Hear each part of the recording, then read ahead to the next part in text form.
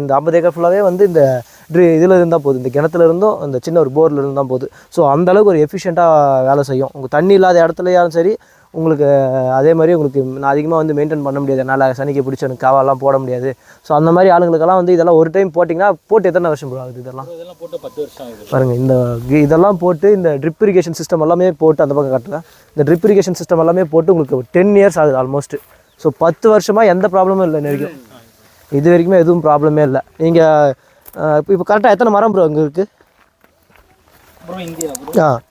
உங்களுக்கு பார்த்தீங்கன்னா ஒரு 5000 மரம் இருக்குது. உங்களுக்கு ஒரு 5000 மரம். ஸோ ஒரு 50 மரத்துக்கு வந்து ஒரு கேட் வால்வு உங்களுக்கு வந்து ஸ்ட்ரைட்டாக பைப் லைன் கிணத்துலேருந்து போர்லேருந்து ஸ்ட்ரைட்டாக ஒரு பைப் லைன் போகுது. ஸோ அந்த பைப் லைன் வந்து 50 மரத்துக்கு வந்து ஒரு கேட் வால் வைக்கிறாங்க. ஸோ அந்த கேட் வால் எல்லாமே பாருங்கள் இந்த மாதிரி பிரிஞ்சிடும்.